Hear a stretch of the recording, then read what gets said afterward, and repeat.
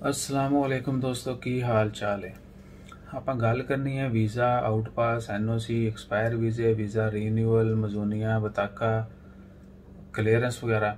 सबसे पहले शुरू करेंगे जी एनओसी के ऊपर। जो जॉब के लिए एनओसी है वो तो 2021 में शुरू होना है कि आपको जॉब चेंज करने के लिए एनओसी की ज़रूरत नहीं होगी, लेकिन वो भी अभी महीने पड़े हैं, तो नवंबर, दिसंबर, ये अक्टूबर के भी कुछ दिन रहते हैं, तो वो आने वाले दिनों में जो है उसका मतलब न्यूज़ आना शुरू हो जाएंगे। क्या वो भी ख़त्म किया जाता है या टेम्परेरी उसको भी स्टॉप कर दिया जाता है। वो तो हो गया एक साइड पे एनओसी। दूसरा एनओसी है ओमान वापसी के लिए। उसके बारे में बहुत सारी खबरें आ रही हैं कि वो चाहिए नहीं चाहिए, जिनको 6 महीने से ज़्यादा हो चुके हैं और वीज़ा वैलिड है वो वापस ओमान आने के लिए। उसके बारे में अभी गवर्नमेंट की तरफ से कोई ऑफिशियल न्यूज़ नहीं है कि वो ख़त्म किया जाएगा नहीं किया जाएगा, कर दिया गया है या नहीं किया गया। और कुछ दोस्त कहते हैं अगर कोई बंदा इस पिछले कुछ दिनों से आया हो, आज 17 अक्टूबर है, पिछले कुछ दिनों से कोई बंदा पाकिस्तान से, इंडिया से, कहीं से भी आया हो और उनके 6 महीने से ज़्यादा हुए हों और उनको एनओसी के बगैर वो आए हों, तो प्लीज़ कमेंट कीजिएगा। हमारे कुछ दोस्तों ने आना है, लेकिन एक दोस्त ने मेरे कुछ दोस्तों ने आना है लेकिन उनको 6 महीने नहीं हुए। तो मैं कोशिश कर रहा हूँ कि किसी को पर्सनली किसी से इंफॉर्मेशन लेकर वो शेयर की जाए कि क्या उन्होंने एनओसी लिया था या नहीं लिया था। बहुत सारी खबरें जो चल रही हैं, हम कोशिश कर रहे हैं और संडे तक जो है, यानी आज हफ्ता है, कल इतवार के दिन जो है इसके ऊपर क्लैरिफिकेशन हो जाएगी। उसके बाद है जिनके वीज़ा एक्सपायर हो चुके हैं उनके वो पाबंदी लगा दी गई है। 15 अक्टूबर से वो ओमान वापस नहीं आ सकेंगे। मसलन जिनका वीज़ा जिनके वीज़ा एक्सपायर हो गए, पहले क्या था कि उनके वीज़ा रीन्यू हो रहे थे, जो ओमान से बाहर है उनके वीज़ा एक्सपायर हो गए, पहले उनको रीन्यूअल की इजाज़त थी, वो अपनी हर चीज़ जो है ऑनलाइन डॉक्यूमेंट्स करते थे, ऑनलाइन पेमेंट करते थे और वीज़ा रीन्यू हो जाता था, ई वीज़ा उनको इशू हो जाता था। और उनका बताका और वीज़ा स्टैंप जो है, not stamp no sticker, they started sticker now, तो स्टिकर जो है वो ओमान आने के बाद लग जाता था। अब क्या है कि जिनके वीज़ा एक्सपायर हो चुके हैं, ऑफ कोर्स उनको इजाज़त नहीं होगी क्योंकि वो वीज़ा रिन्यू नहीं कर सकेंगे।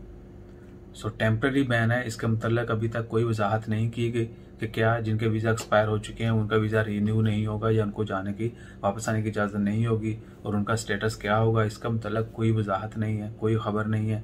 हम भी आपकी तरह जुस्तजू में हैं कि कब गवर्नमेंट जो है वो शेयर करे कि जिनके वीज़ा एक्सपायर हो गए थे वो वीज़ा रिन्यू तो करवा सकते हैं लेकिन ओमान वापस नहीं आ सकते।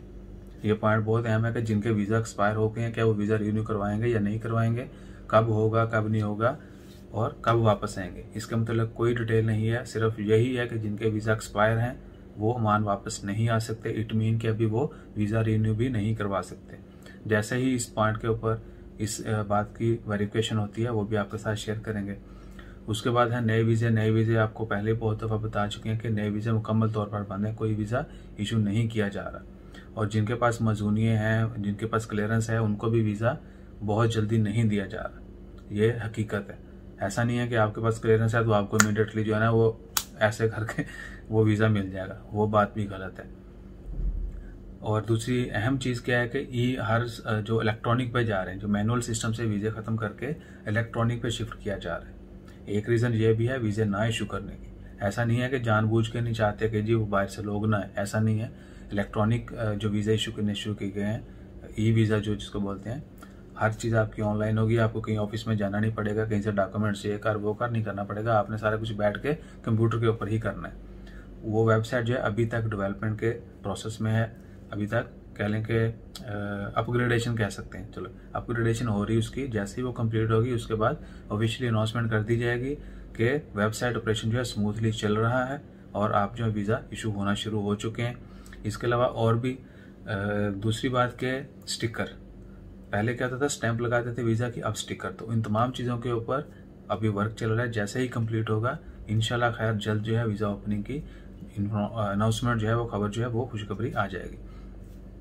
एक आउट पास का मतलब है, आउट पास भाईजान अभी तक ओपन नहीं हुआ, किसी किस्म का कोई आउट पास ओपन नहीं किया गया। जिनके लिए ओपन किए गए थे अभी तक उनका प्रोसेस भी स्टार्ट नहीं हुआ। मार्च 1 के बाद जिनके वीज़ा ID एक्सपायर हुए थे अभी उनका प्रोसेस स्टार्ट नहीं हुआ। और जो खबरें हैं वो यही हैं कि उन वॉल्यूम बहुत कम लोग हैं जिनके एक्सपायर हुए थे और वो वापस जाना चाहते हैं। ऐसा नहीं है कि बहुत सारे लोगों के एक्सपायर हुए थे और वो वापस जाना चाहते हैं, फाइन है उनके खिलाफ, वो फाइन से बचने के लिए वापस जाना चाहते हैं। कोई भी नहीं चाहता कि वो अपनी जॉब, अपना बिजनेस छोड़ के जाए और हमेशा के लिए चला जाए, दोबारा से ओमान में वापस ना आ सके। और एक और भी पॉइंट है क्या, क्योंकि GCC का रूल है बहुत सारे इनके बॉर्डर जो हैं, यानी अगर आप ओमान में कोई इलीगल काम करते हैं तो आपको अगर रेड लिस्ट किया जाता है, ब्लैक लिस्ट किया जाता है, तो आप दूसरे मालिक में भी जब भी कहीं इंटर होंगे आप वहाँ से पकड़े जाएंगे। आपको वीज़ा मिल जाएगा, एंट्री हो जाएगी, लेकिन आप इंटर नहीं हो सकेंगे मुल्क में। एयरपोर्ट के ऊपर आपको धर लिया जाएगा। तो अब देखना ये है कि जो परमानेंट ओमान से जा रहे हैं क्या वो दूसरी जीसीसी स्टेट में आ सकते हैं या नहीं आ सकते, इसके ऊपर अभी तक कोई क्लैरिफिकेशन नहीं हुई। ये पॉइंट बहुत अहम है, किसी को इस चीज़ के ऊपर पता हो, इन्फॉर्मेशन हो, वो ज़रूर शेयर करें। इवन के दूसरे चैनल वाले जो दोस्त साहब हैं उनसे भी रिक्वेस्ट है, अगर आपको इस चीज़ के ऊपर इन्फॉर्मेशन है तो ज़रूर शेयर कीजिएगा। और जैसे ही इसके ऑफिशियली खबर आएगी of course we will share also. उसके बाद कौन सी अहम चीज़ है, वैलिड वीज़ा वाले उनके लिए लाजमी है इंश्योरेंस करवा के आना। एक दोस्त ने आज मुझे काफ़ी मैसेज किए और क्या कहते हैं कि अभी 20 की उनकी फ़्लाइट है, मुझे उनका नाम अभी याद नहीं आ रहा, व्हाट्सएप के ऊपर उनके मैसेज आए थे, जट इशफाक समथिंग उनका नाम है। तो उनके लिए वो पूछ रहे थे कि भाई एनओसी जो है ना वो ख़त्म कर दिया गया है और बाप बोल रहा है नहीं चाहिए। तो मैंने इसलिए आपसे रिक्वेस्ट की है कि हो सकता है ख़त्म कर दिया गया हो लेकिन ऑफिशियली अनाउंसमेंट ना की हो। सो जब तक ऑफिशियल अनाउंसमेंट नहीं आती हम आपके साथ खबर शेयर नहीं करना चाहते। तंबाकू होगा तो आपको पहले बता दिया जाएगा कि भाई ये अफवाह चल रही है, जो तंबाकू चल रहा है या फैलाया जा रहा है या है, वो उस पहले बता दिया जाता है। अगर लेट्स सपोज उनको एनओसी नहीं मिला और वापस ओमान आ जाते हैं तो मैं उस वक्त तक खबर नहीं शेयर करूंगा जब तक क्लेरिफिकेशन नहीं हो जाती। इसलिए मेरी रिक्वेस्ट है कि कोई भी दोस्त अब आ रहा हो, 6 महीने से ज़्यादा स्टे हो और बगैर एनओसी के आ रहा हो तो वो ज़रूर बताइएगा। और ई वीज़ा पेपर जो है वो एक प्रकार ट्रैवलिंग डॉक्यूमेंट्स है, उसके ऊपर अगर आप वो क्या है कि आपका ट्रैवलर डॉक्यूमेंट है, वो होगा तो आपको एयरपोर्ट से कहीं भी आने जाने की इजाज़त होगी, उसको as a travelling document consider किया जाता है। इसके अलावा खबर है जी वीज़ों के हवाले से कौन सी खबर, फैमिली वीज़ा भी बंद कर दिए गए हैं। पहले क्या था कि फैमिली वीज़ा जो है वो बहुत कम इशू किए जा रहे थे, लेकिन अब जो है वो भी मुकम्मल बंद किए जा चुके हैं।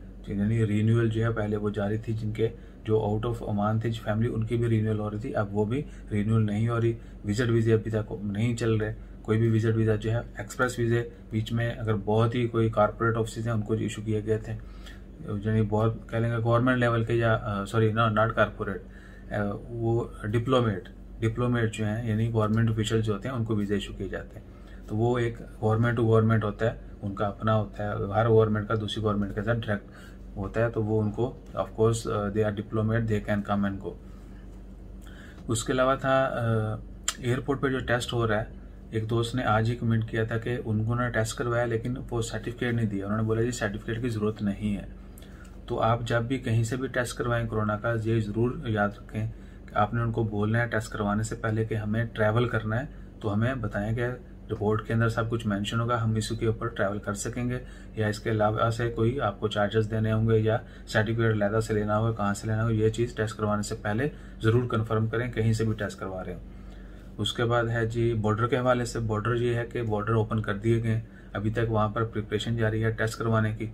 कोरोना का टेस्ट जो है आपको पता है आने जाने वाले के लिए होगा, तो वो जारी है। जैसे ही वो कंप्लीट होती है तो होपफुली सभी लोगों को इजाज़त दे दी जाएगी विदाउट एग्जिट, और सॉरी सिर्फ विदाउट विजिट वीज़ा वालों को, क्योंकि अभी तक अनाउंसमेंट की गई है कि जो वैलिड वीज़ा होल्डर हैं उन्हीं को इजाज़त दी जाएगी आने जाने की, और जिनके पास विजिट वीज़ा है उनको इजाज़त नहीं होगी।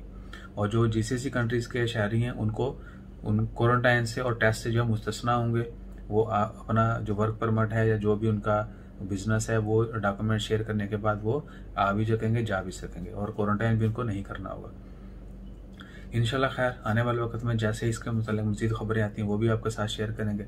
अगर कोई चीज़ मिस करती हो तो ज़रूर कमेंट कीजिएगा, उसके ऊपर भी जो डिटेल शेयर कर दी जाएगी। और फिर मैं बता रहा हूँ जब भी कोई खबर आती है स्प्रिंग कमेटी की जानब से तो वो खुलासा बयान किया जाता है, उसके बाद आने वाले 1-2 दिन में या स्लोली जो है उसकी डिटेल और तहरीरी रिपोर्ट आती है तो आपके साथ शेयर की जाती है।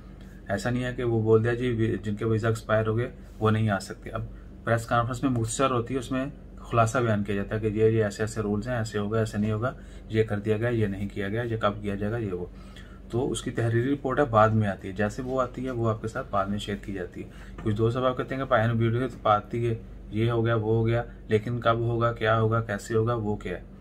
तो जैसे ही इन चीज़ों का मतलब डिटेल आती है वीज़ों के हवाले से गवर्नमेंट की जानब से, वो आपके साथ ज़रूर शेयर करेंगे और इमीडिएटली शेयर करेंगे। इंशाल्लाह विल डू ब्रेकिंग न्यूज़। अपना ख्याल रखिएगा, दुआ में याद रखिएगा। तो साडा सियाल सर्दियाँ आ रही ना, सर्दियों को पंजाबी सियाल कहते हैं। तो साडा ख्याल रखने वास्ते सब्सक्राइब करिएगा। अपना ख्याल रखें, दुआ में याद रखें। जज़ाकल्लाह, अल्लाह हाफिज़।